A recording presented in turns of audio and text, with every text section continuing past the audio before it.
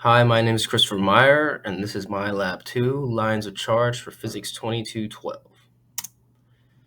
So the purpose of this lab was to continue working with the ideas introduced in Lab 1, which concerned electric force and electric charges, to obtain a more accurate estimate for the charge of Q of the U-tape, as well as the electric force of the U-tape.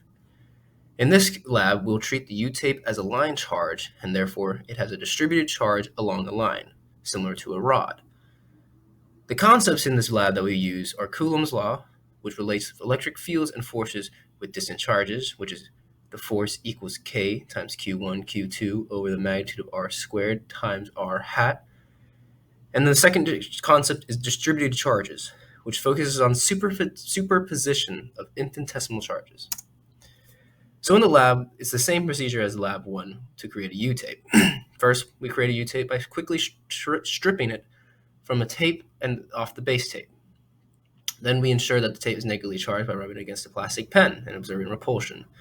We'll then repeat the steps again to get a second U-tape, and then we'll lift one tape under the other to watch the top tape float and record the distance between these two tapes.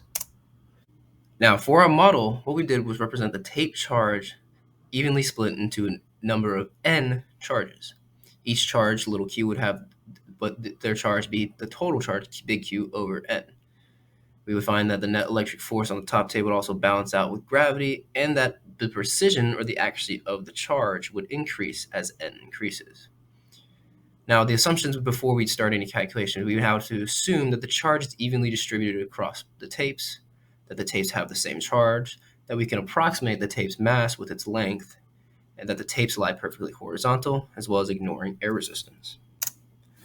The measurements from Lab 1 as well as the data from Lab 1 are what we use. First, we get the tape length of 22 centimeters, tape width, and then the distance between the tapes, which we found to be 2.5 centimeters.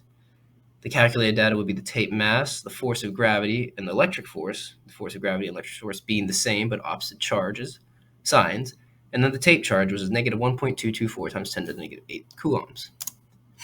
Now, using these calculations and data from Lab 1, we would create a strategy for Lab 2.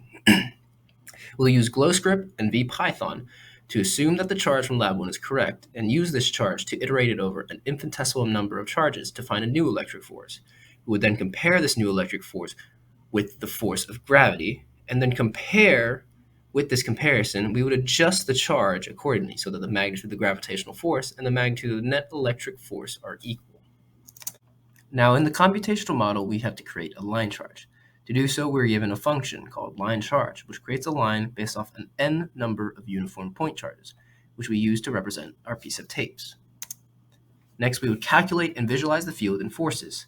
So we would create two for loops that takes each infinitesimal point charge on the top tape as well as each infinitesimal point charge on the bottom tape, and then calculate both the electric force and the electric field from each bottom point charge to the bottom point charges of the top tape. Then we adjust the tape charge through the comparison of the electric force using the previous charge from Lab 1 and the gravitational force. Using this, we would find a percent change of the magnitude of the electric force and use this change to create a new charge for the tape, which we found to be negative 6.14 times 10 to the negative 8 coulombs.